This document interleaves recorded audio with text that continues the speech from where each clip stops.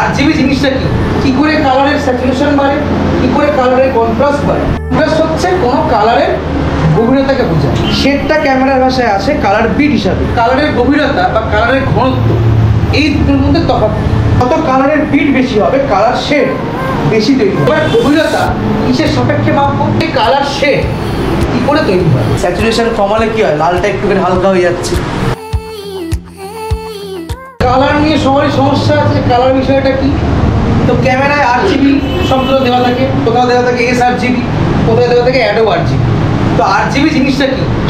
RGB থেকে দুখানা ভাগ হয়েছে, একটা হচ্ছে অ্যাডোব আরজিবি আর একটা হচ্ছে স্ট্যান্ডার্ড আরজিবি।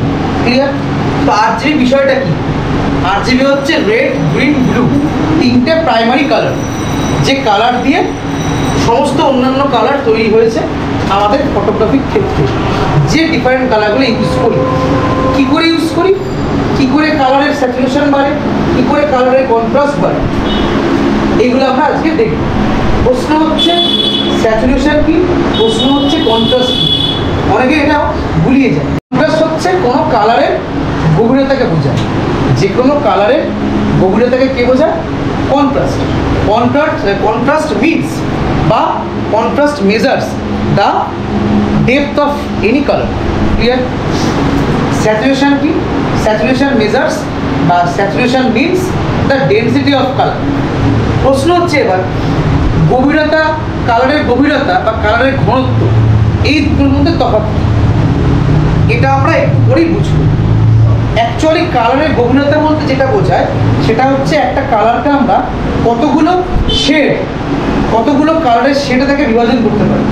যত শেডে, যতগুলো কালার শেডে কোনো একটা প্রাথমিক কালারকে আমরা বিভাজন করতে পারবো, আমরা কি বলবো? সেই কালারের কন্ট্রাস্ট লেভেল অনেক বেশি। এই শেডটা কি করে আসে? শেডটা ক্যামেরার ভাষায় আসে কালার বিট হিসাবে। Colour bit, 8 bit colour, 10 bit colour, যত কালারের বিট বেশি হবে কালার শেড বেশি তৈরি হবে। আমি একটা প্রাথমিক কালার একটা রেড চুজ করলাম, আমরা বললাম রেড কালারকে আমরা বিভাজন করবো, শেডে ভাঙবো, মানে এর কন্ট্রাস্ট লেভেলকে ভাঙবো।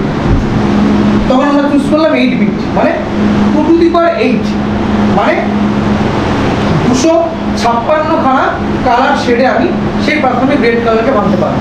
এটাই হচ্ছে কালার কন্ট্রাস্ট। এবার গভীরতা কিসের সাপেক্ষে মাপবো? আমরা যখন কোনো একটা জলাশয়ের গভীরতা মাপি, কিসের সাপেক্ষে মাপি? জলাশয়ের উপরের অংশ এবং জলাশয়ের নিচের অংশ। যখন আমরা জলাশয়ের উপরের অংশ মেজার করি তখন আমরা কি করি? সমতল বা ভূমির সাপেক্ষে কতটা উঁচু, আর আরেকটা হয় জলের তলা থেকে কতটা উঁচু। একটা হচ্ছে সমুদ্রপৃষ্ঠ থেকে এর উচ্চতা, আরেকটা হচ্ছে সমতল থেকে তার উচ্চতা। এই দুটো কিন্তু ডিফারেন্স আছে। এই যে উচ্চতা বা গভীরতা, এটা ডিপেন্ড করে এই কালার শেডের উপর। মানে একটা কালারকে সমুদ্রপৃষ্ঠ থেকে আকাশ অবধি কতটা ভাগে ভাগ করতে পারে। তার মানে সমুদ্রপৃষ্ঠ যদি আমার হয় বেসিক হোয়াইট কালার, সাদা কালার, আর হিমালয় পর্বতের উচ্চতার টপে, হিমালয়ের টপে মাউন্ট এভারেস্ট যদি আমার হয় ব্ল্যাক কালার, এই সাদা থেকে ব্ল্যাকের মধ্যে কোনো একটা প্রাথমিক কালারকে কতগুলো শেডে ভাঙছি তাকে আমরা কি বলবো?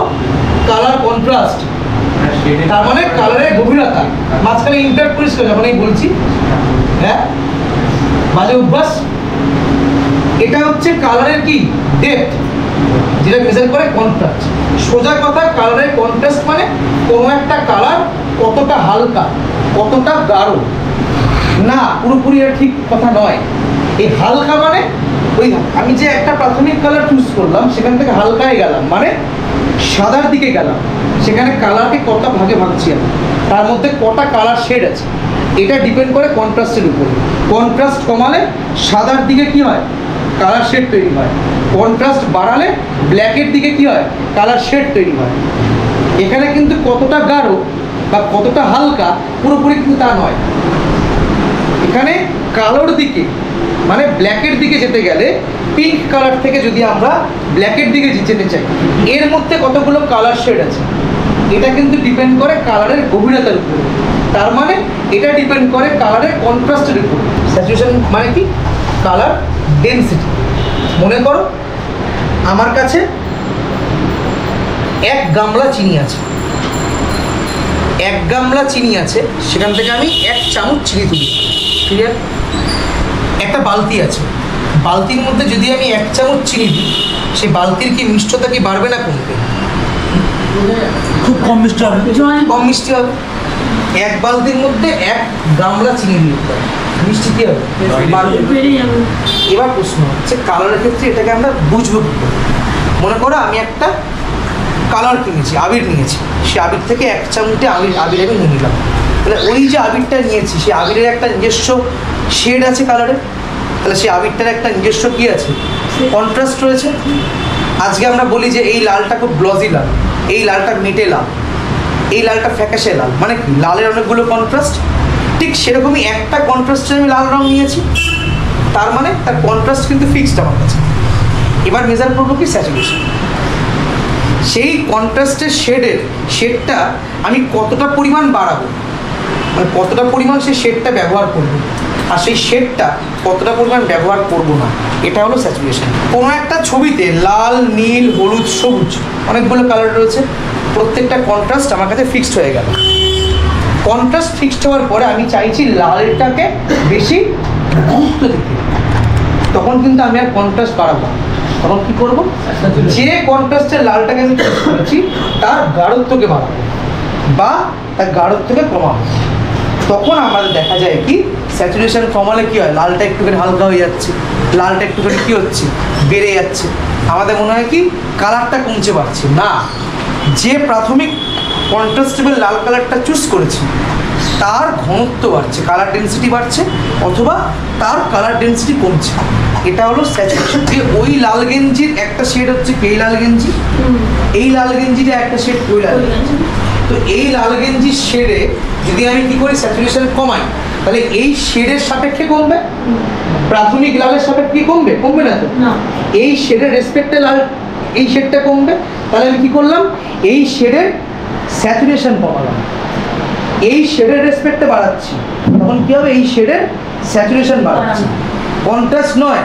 এই শেডটা এলো থেকে ওই প্রাথমিক লালের কন্ট্রাস্ট থেকে এসছে, তারপরে এই কন্ট্রাস্টকে আমি বাড়াচ্ছি বা কমাচ্ছি, এটা হলো স্যাচুরেশন। কন্ট্রাস্ট মানে কি?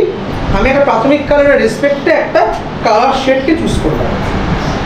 স্যাচুরেশন মানে কি?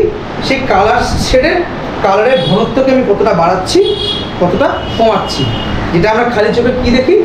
কালারটা হালকা হয়ে যায় বা কালারটা গাঢ় হয়ে যায়। ঠিক ওই আবিরের মতো, 1 বালতি জলে 1 প্যাকেট আবির দিলাম, জলের রংটা কি গাঢ়? 1 গামলা জলে সেই প্যাকেটের আবিরের একটু আবির দিলাম, জলের রংটা কি হচ্ছে? পাতলা। কিন্তু যে আমি আবিরের কালারটা নিয়েছি, তার মানে কি আবিরের একটা ফিক্সড কন্ট্রাস্টেবল কালার নিয়েছি, তাহলে কন্ট্রাস্ট কি ফিক্সড, বাট এর ঘনত্ব যদি কম হয় কালারটা কি হয়? ফ্যাকাশে হয়ে যায়। এর ঘনত্ব যদি বেশি হয় কালারটা কি হয়? বেড়ে যায়। তাহলে কি স্যাচুরেশন বাড়ছে বা স্যাচুরেশন কমছে।